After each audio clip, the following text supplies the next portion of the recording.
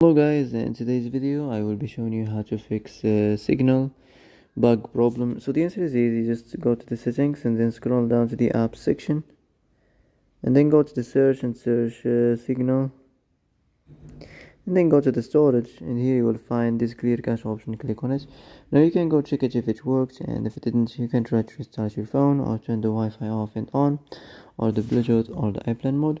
Also you can try to clear data, but be careful. If you clear data, all these applications data will be deleted. This includes all files, the settings, the accounts, the databases, etc. So be careful if you want to clear your data.